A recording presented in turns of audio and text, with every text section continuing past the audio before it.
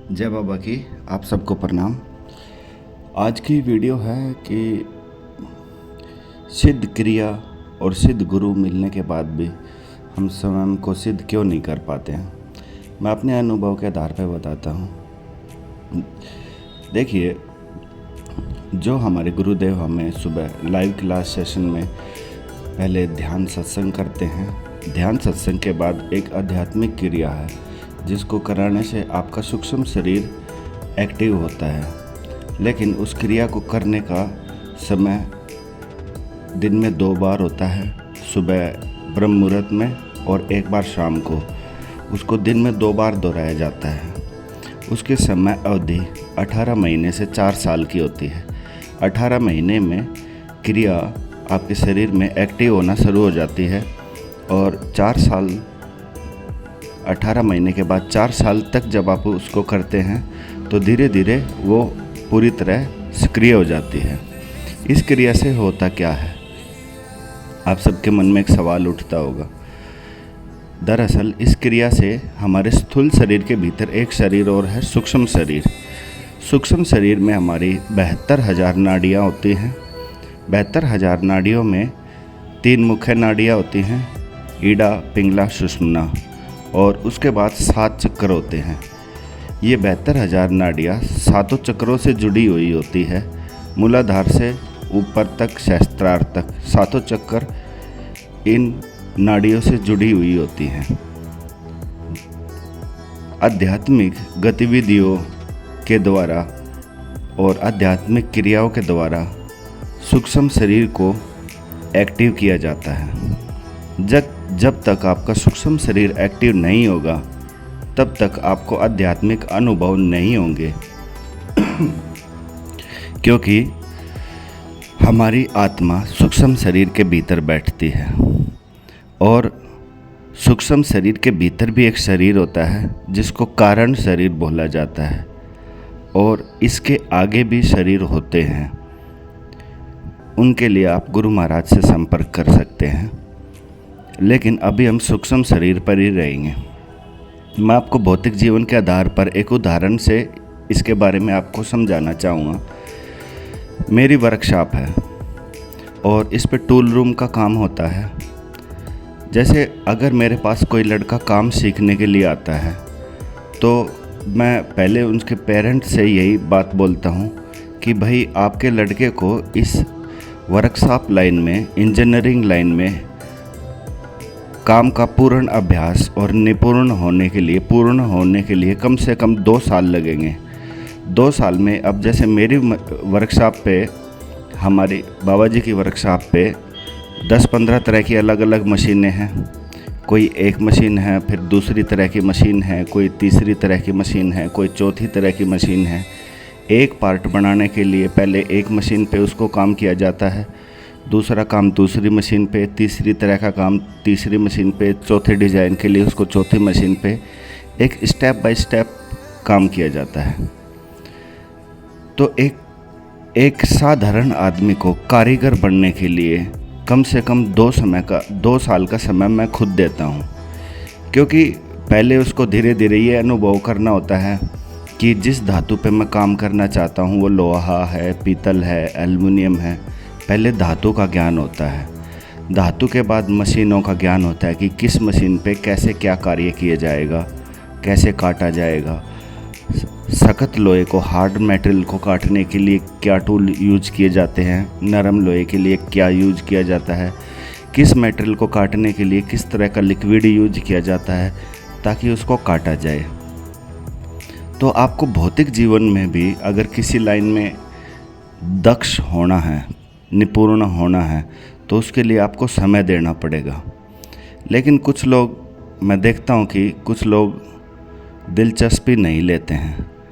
सोचते हैं कि या तो गुरु खुद कर दे या एक ही दिन में कोई भी चीज़ सिद्ध हो जाए। क्रियाएं आखिर हैं क्या? क्रिया का जो भेद जितना मुझे पता है मैं अपने अनुभव पे बताता हूँ। जब देवादिदेव महादेव ने, माता पार्वती ने कई जन्म लिए और कई जन्मों के बाद पहले वो एक स्टेज से दूसरी स्टेज में गई, फिर शरीर को छोड़ा, फिर जन्म लिया, फिर तीसरी स्टेज में गई और महादेव से उनका मिलाप होता रहा। तो माता आदिशक्ति जो पार्वती के रूप में जन्मी थी, उनका विवाह भगवान शिव से हुआ। लेकिन विवाह होने के बाद भी उनको अपनी साधनाएं और अभ्यास करने पड़े थे, तपस्या करनी पड़ी थी, जिसमें उनका काफ़ी समय लगा था और इस कार्य में महादेव ने सहयोग किया था। पहले महादेव ने उनको ध्यान साधना के बारे में बताया, फिर शरीर के बारे में बताया, सूक्ष्म शरीर, कारण शरीर, स्थूल शरीर और शरीर के भीतर के जितने लोक हैं, जितने शरीर में ब्रह्मांड है, उनका ज्ञान दिया।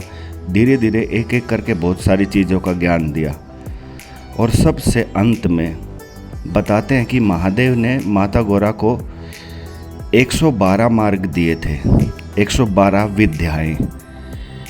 112 विद्याएं के बारे में अगर आप जानना चाहते हैं तो संपर्क करिए, हम आपको बताएंगे उसके बारे में। महादेव ने माता गौरा को 112 मार्ग दिए थे कि इन 112 मार्गों में से किसी भी एक मार्ग पे आप चल के अपने आप को जागृत कर सकते हैं, अपने आप स्वयं को सिद्ध कर सकते हैं।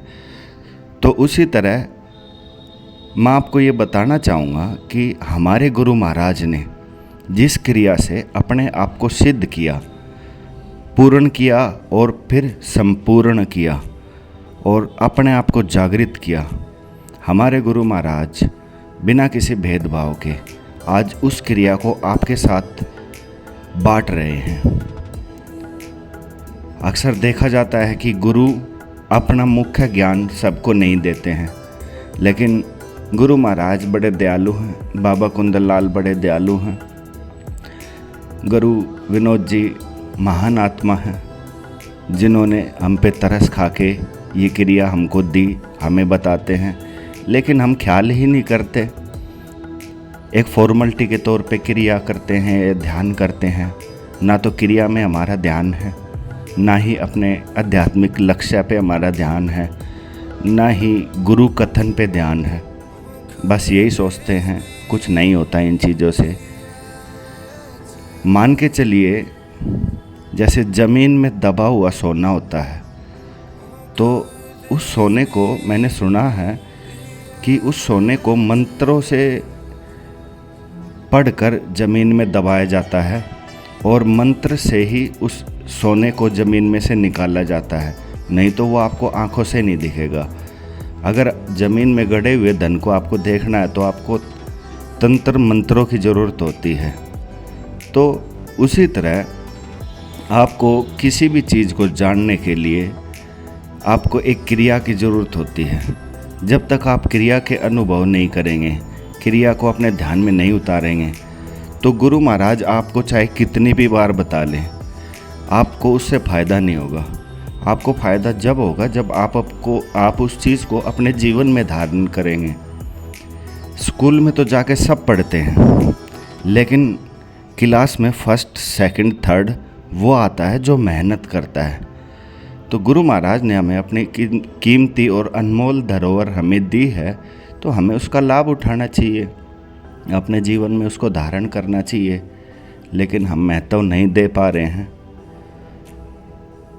तो मैं यही चाहूँगा कि जो भी भगत, साधक, सेवक, प्रेमी, प्यारा, भाई, बहन, माताएं, जो भी अपने जीवन में आध्यात्मिक आयामों के अनुभव चाहते हैं, वो गुरु महाराज की दी हुई क्रिया को बड़े ध्यानपूर्वक सुने। सुबह की लाइव सेशन की जो क्लास होती है, उसमें आधा घंटा या पौना घंटा गुरु महाराज बैठते हैं।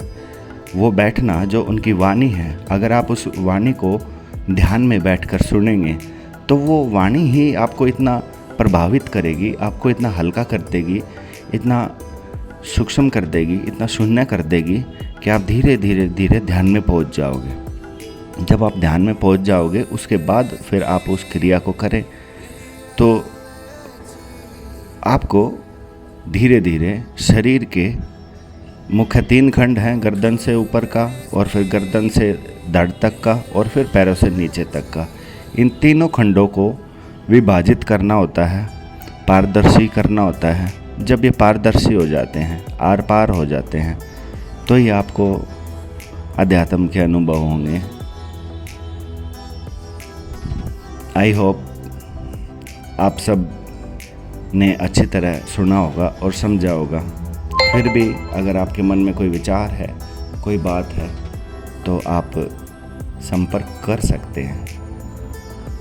मैं ये तो नहीं कहूँगा कि जो आप चाहते हैं वो मिलेगा, परंतु इतना ज़रूर कहूँगा कि जिस क्रिया से गुरु महाराज ने अपने आप को साधा है वो कोई सरल नहीं है, वो एक बहुत गहरी आध्यात्मिक पद्धति है। तो उस पद्धति पे आप चले और अपने जीवन को संवारें और अपने आप को संपूर्ण करें। जब आप संपूर्ण हो जाएंगे तो संपूर्ण तो परमात्मा का प्यारा ही होता है, गुरुओं का प्यारा होता है, प्रकृति का प्यारा होता है। तो आप इस मार्ग पे चलें, ये साधु संतों का मार्ग है। कठिन भी नहीं है और सरल भी नहीं है। कहते हैं बहुत कठिन है डगरपन गटकी, कैसे मैं भर लाऊं जमुना से मटकी। बहुत कठिन है डगरपन गटकी, कैसे मैं भर लाऊं जमुना से मटकी। कि डगर कठिन जरूर है पर नामुमकिन नहीं है, और जो अपना अटल निश्चय कर लेगा वो ज़रूर पार उतरेगा। गुरुओं की कृपा सदा उस पर बरसेगी। आज के लिए इतना ही। धन्यवाद। जय बाबा की, गुरु महाराज की जय हो, माता आदिशक्ति की जय हो। गुरु परिवार में सभी भाई बहनों को मेरी तरफ से, मेरे गुरु महाराज की तरफ से, बाबा कुंदन लाल जयचंद दास की तरफ से बहुत सारा प्यार।